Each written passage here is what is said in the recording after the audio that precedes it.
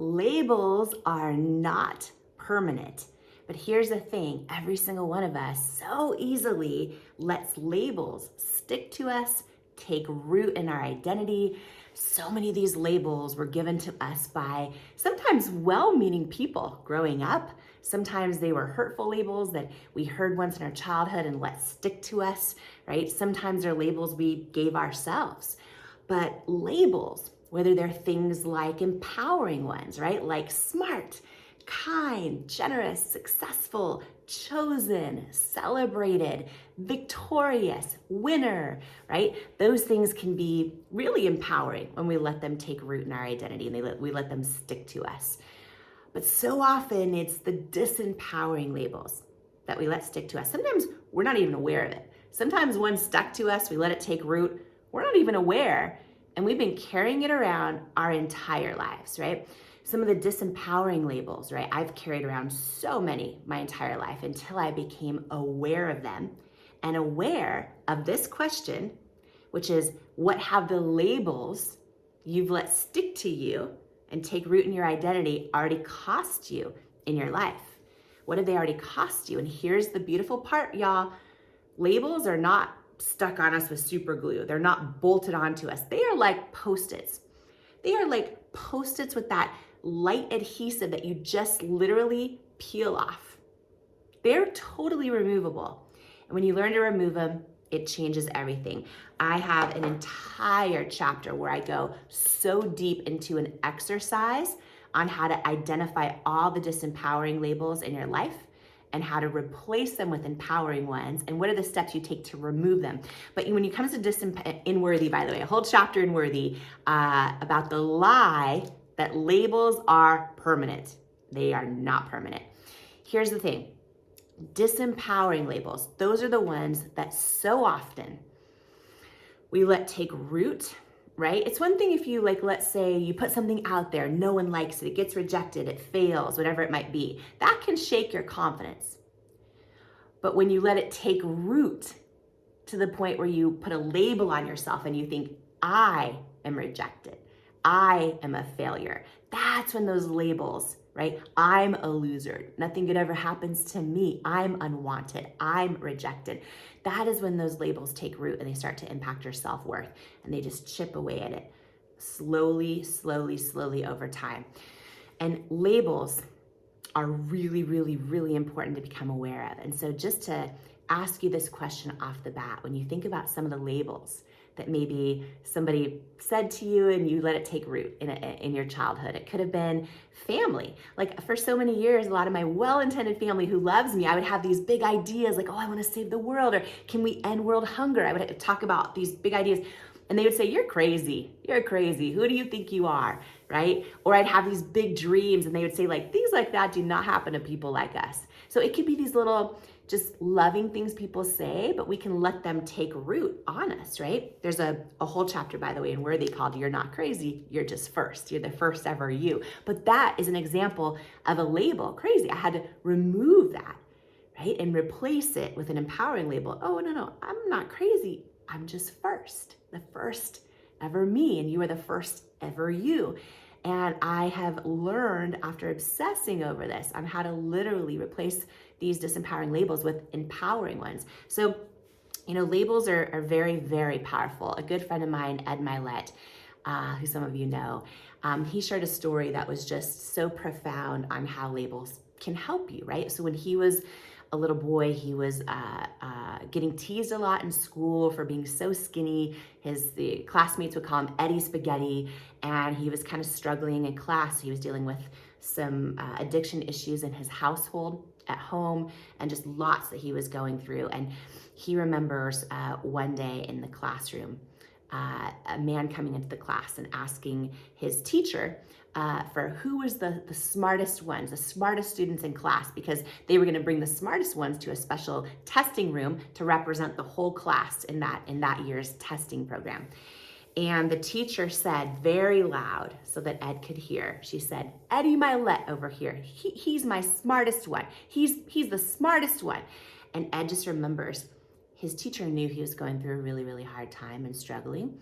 And he just remembers thinking, I'm the smart one. I'm the smartest one.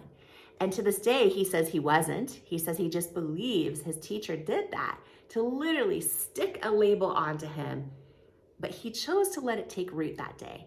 He chose to let it believe, oh, I'm not Eddie Spaghetti, who all my classmates are teaching, like they're teasing over and over. I'm the smartest one. I'm the smart, she sees me, right? I'm the smartest one. And he let that label take root. Fast forward today, his work is inspiring hundreds of millions of people every single day with his show, with his books, with all the stuff that he does. When we let these labels take root and we believe them, they are so powerful.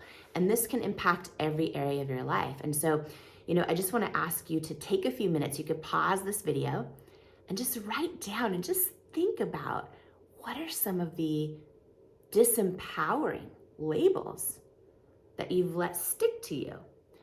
Because while they're easy to remove like Post-it notes, when they stick to you, they feel like lead balloons, like you're trying to fly and soar in your life, but you have these lead balloons attached to your wings. That is what disempowering labels can feel like. And just taking a moment to identify what those are. And you may even want to, next to them, write out what has believing that label cost you in the different areas of your life. And then next to it, you want to write out an empowering label that is absolutely true. A new empowering label that is absolutely true. An example of this in my life was, I was adopted and placed into adoption the day I was born. And I was raised by parents who just loved me. Like they loved me. And they worked so much. Like 7 days a week, very hard work, the hardest working people I know. And they taught me work ethic and they taught me how to work hard. But growing up, I always felt abandoned. I always felt like they chose work over me. I always felt alone often. And later in life, when I found out by complete surprise in my 20s, I was adopted, and just combined with a lot of other things, I realized I had taken on these labels like that stuck to me and really impacted a lot of decisions I was making in my life, because labels can take root in our identity. So I believed, like I had labels that had stuck on myself, labels like unwanted, rejected, abandoned, right? Like labels like that. And y'all, they came out in the kind of people I was attracted to when I dated. They came out in the kind of treatment I would let people mistreat me, or I didn't think I was worthy of more than that. I had these labels stuck to me. And in my life, I had to, first of all, become aware of what they are. And then second of all, go, okay, you know what? I don't accept that. I know in my soul, like in my mind where self-doubt lives, oh, it's easy for me to say I'm rejected, unwanted, abandoned. But in my soul, that's where our knowing, that's where our truth lives. I'm not any of those things. And through prayer and through really tuning into that knowing, that still small voice, right? And through doing this work, I've been able to replace these labels with new labels I know and just believe are true in every ounce of my being. And I've reframed them. So instead of feeling unwanted or rejected or abandoned as an identity, I'm like, oh, wait a minute. My birth mom, she chose me. Like, first of all, big step back, my birth mom and dad were together one time ever. That's it. God chose me. Like, he chose me to come into this world. My birth mom did not have to carry me. Her life would have been a lot easier had she not. She chose to have me. And then my adopted parents chose to raise me. I am not unwanted or rejected or abandoned. I'm chosen. I'm chosen. So are you. And it's just replacing those labels has helped me really, literally raise the ceiling on my identity and self-worth. And that impacts every single area of your life. So labels are not permanent. That is a lie. That is a lie.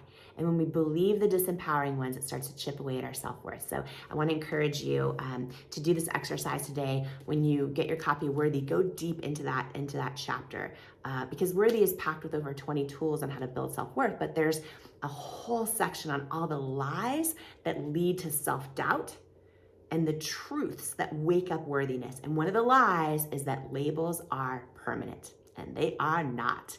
They are not. So I'm excited for you to dive into this, and just want to let you know that I see you, I am you, I love you, I believe in you, and you are worthy.